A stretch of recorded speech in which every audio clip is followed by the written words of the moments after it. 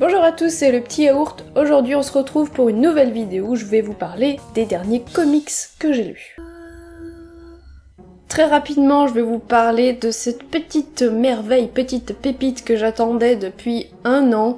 C'est le tome 2 de I Hate Fairyland par Skottie Young, mon dessinateur de comics préféré. Avec Dan, on avait tellement adoré le tome 1. Je vous renvoie un peu à notre première vidéo où on avait parlé de I Hate Fairyland. C'était une histoire complètement débile avec une petite fille qui se retrouve prise au piège dans le monde de Fairyland et qui va y rester pendant genre 30 ans, sauf que elle ne vieillit pas en extérieur, donc elle a toujours l'apparence d'une petite fille, mais à l'intérieur, elle est déjà plutôt vieille. Elle s'appelle Gertrude, elle est complètement du coup cinglée, elle en a ras-le-bol d'être dans ce pays où tout est mignon, tout est merveilleux. Donc elle dézingue tout. Elle bute tout, c'est hyper gore, assez trash, et en même temps les dessins sont hyper mignon, hyper coloré, hyper cartoon, hein, puisque c'est le style vraiment de Skottie Young. C'est pour ça que j'adore ce comics, parce qu'on retrouve vraiment tout ce que j'adore chez lui. Au niveau des couleurs, c'est toujours Jean-François Beaulieu, c'est toujours lui qui fait les couleurs de Skottie Young, et elles sont toujours magnifiques, il fait vraiment toujours un boulot de dingue. Du coup là, j'ai pas grand chose à dire pour le tome 2, parce qu'il est toujours aussi excellent. C'est génial, l'histoire avance, c'est toujours aussi barré, aussi trash, aussi violent, aussi mignon en même temps. Vraiment, si vous avez aimé le tome 1, foncez sur le tome 2. On passe maintenant au tome 2 d'American Vampire par Scott Snyder, Rafael Albuquerque et Mateusz Santoluco. Je vous ai déjà parlé du tome 1 qui m'avait fait une moyenne impression, je l'avais pas trop aimé mais je pense que c'était parce que j'étais pas trop dedans. Il y avait Stephen King au scénario sur le tome 1, là il n'y est plus. Ce tome 2 est sorti en 2013. Ici au niveau de l'histoire, on va se retrouver une dizaine d'années plus tard par rapport au tome 1. Donc là on va être en 1936 et on va se retrouver à Las Vegas dans le Nevada. Donc on va retrouver la plupart des personnages du tome 1 qui ont évolué ou vieilli, notamment évidemment le vampire américain Skinner Sweet. Là encore, je vous renvoie à la vidéo où je vous parle du tome 1 plus en détail. Là clairement dans le tome 2 je vais pas vous parler d'histoire puisque voilà. Que dire, j'ai un peu plus apprécié ce deuxième tome que le premier, mais là encore une fois c'est parce que j'étais peut-être un peu plus dedans. Mais ça sera quand même pas un coup de cœur, voilà, c'est une histoire sympa mais sans plus, je suis pas complètement convaincue. Et ouais, je saurais pas vraiment dire pourquoi j'accroche pas à cette saga, voilà, des fois c'est comme ça, on n'accroche pas sans forcément qu'il y ait une raison ou pas, hein. J'ai apprécié que l'histoire avance comme ça dans le temps assez rapidement, ça nous permet de voir l'évolution des personnages et notamment de Skinner Sweet, ça nous permet aussi de changer d'époque et donc d'avoir un style de dessin différent, avec un décor et des lieux différents, et encore une fois c'est plutôt bien fait de la part de Rafael Albuquerque. On va continuer à en apprendre un peu plus sur la mythologie des vampires et sur les différentes espèces. Là en l'occurrence on va avoir droit à une très ancienne espèce. Donc ça c'est un point que je trouve intéressant et c'est peut-être pour ça que j'irai lire le tome 3 probablement. Voilà, je suis assez curieuse de voir où tout ça va nous emmener, est-ce qu'on va encore faire un bond de plusieurs années dans le tome 3, etc.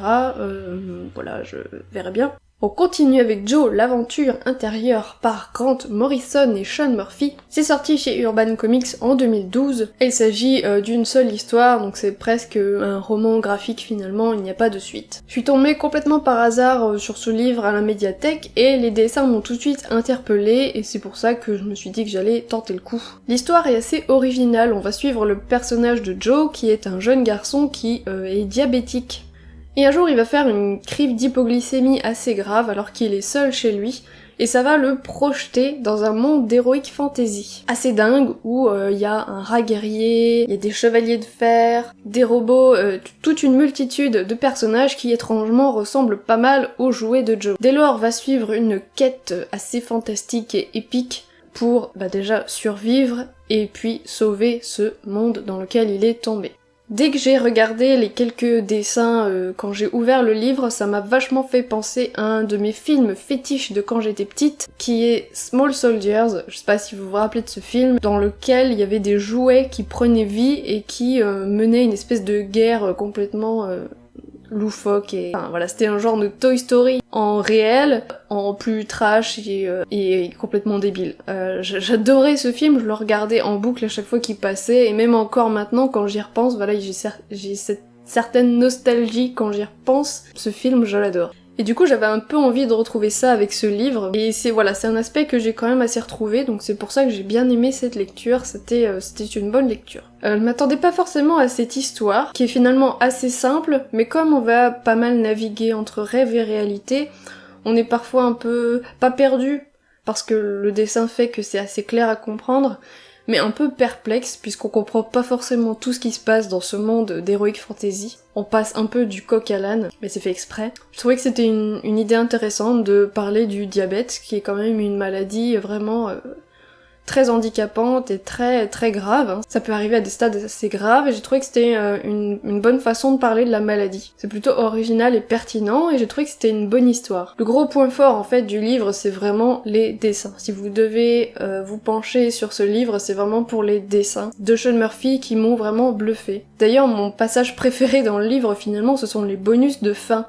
À la fin de l'histoire, on a quelques bonus où Sean Murphy nous explique case par case sur certaines planches comment il a construit ses dessins, quelle était son intention, pourquoi il a choisi tel point de vue, etc. J'ai trouvé ça super intéressant, assez pointu, et ça donne une idée du travail de dingue qu'il y a derrière ce genre de bande dessinée. Ces dessins sont d'une précision incroyable, en particulier les décors et la maison au niveau de l'architecture, c'est droit, c'est carré. Et puis il va utiliser des points de vue hyper intéressants qui vont donner... qui vont réussir à faire changer notre perception d'un lieu plutôt banal, hein, une maison, voilà. Pareil, les cases où on va retrouver une multitude de personnages sont incroyables en détail. On va passer vraiment, moi j'ai passé du temps à regarder chaque personnage dans ces cases, et en plus ce qui est super cool, c'est qu'on va y retrouver pas mal de petites références assez rigolotes. On va voir le personnage de Batman qui se balade un peu dans toutes les cases, donc c'est drôle de le chercher, ça fait un peu Où est Charlie. Rien que pour les dessins, ça vaut le coup de jeter un œil à cette bande dessinée. Et enfin on conclut cette vidéo avec le tome 1 de Freak Squill par Florent Maudoux, et c'est au label 619 de chez Ankama. Ce premier tome est sorti en 2008.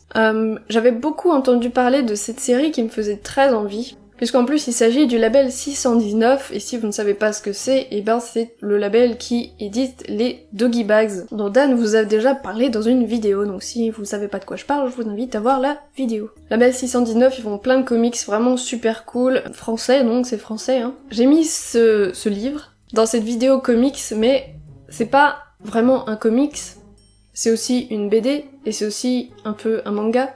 C'est un peu un mix des trois en fait. On va retrouver le format comics à l'américaine, hein, avec un style de dessin qui emprunte pas mal au manga. Les visages, les scènes d'action, ça fait très manga. Très dynamique, en plus c'est en noir et blanc pour 80% de ce premier livre. Et pourtant c'est écrit et dessiné par un français, donc Florent Maudoux. Donc du coup c'est un mix de BD, comics, manga. Florent Maudoux qui avait aussi travaillé sur quelques Doggy Bags, au passage. Du coup c'est un savant mélange de tous ces formats-là, et ça en fait une BD assez atypique, hyper fraîche et vraiment sympa. Quand j'ai pris cette bande dessinée, je savais pas trop à quoi m'attendre, à part qu'on allait suivre des personnages au sein d'une université pour héros. Et donc en effet c'est le cas, on va suivre le personnage de Chance, qui est une sorte de petit démon. Elle a des petites cornes toutes mignonnes et des petites ailes. Xiong Mao, qui est une humaine, qui ne semble pas avoir de pouvoir magique spécial. Et Ombre, qui est un loup géant, qui fait peur à tout le monde, mais qui est super gentil. Nos trois apprentis héros se retrouvent donc dans la faculté des études académiques des héros, donc cette université qui vise à former des héros qui vont plus tard sauver le monde, etc. Sauf que, on se retrouve dans une université, donc la concurrence est rude, certains étudiants ont des vraies têtes à claques, les cours sont pas si simples que ça. Au programme, on va avoir chasse aux monstres, cours pour apprendre à gérer son image, gestion des médias, etc. Moi, c'est pas à ça que je m'attendais au niveau du ton, je pensais que ça serait beaucoup plus sérieux et sérieux et sombre. En fait, c'est une lecture très légère et très fraîche, et finalement, ça m'a complètement convaincue. Moi, c'est marrant parce que dans le style, ça m'a vachement fait penser, dites-moi si je suis cinglée, aux dessins animés genre les Totally Spies ou Martin Mystère. Ça m'a fait penser pour le côté équipe de potes, qui passent pas mal de temps à s'engueuler, mais en même temps ils sont potes et ils vont combattre ensemble les monstres ou résoudre des enquêtes, etc. Et en même temps qui ont des problèmes de jeunes, voilà, puisque là on est à l'université, donc on va avoir des problèmes liés à l'université, les notes, les examens, le stress. Du coup j'ai adoré retrouver cette ambiance-là, voilà, les dessins animés, Martin Mystère, tout ça, c'était des dessins animés que j'aimais vraiment bien regarder quand j'étais plus jeune, j'aimais bien cette ambiance hyper fraîche. J'aime bien l'idée d'une fac de super-héros un peu, j'ai trouvé que c'était amusant. Les personnages sont attachants, bien construits, et même les personnages secondaires, on les aime bien. Moi par exemple, le changelin me plaît beaucoup. Les dessins sont plutôt cool, et moi j'ai vraiment apprécié le passage à la couleur vers le milieu du tome. J'aurais presque préféré que tout soit en couleur. Je trouve que ça rend vachement mieux en couleur. Les décors sont hyper soignés, les personnages aussi, c'est dynamique. Ce mélange des genres fonctionne très très bien en tout cas. 7 tomes de Freak Squill sont déjà disponibles, hein, donc comme d'habitude, je suis méga en retard et j'arrive un peu après la guerre. On a aussi des hors-séries et des séries spécifiques à certains personnages. Je vais définitivement lire la suite évidemment. Voilà, c'est tout pour ce petit bilan des derniers comics que j'ai lus, c'était plutôt bien.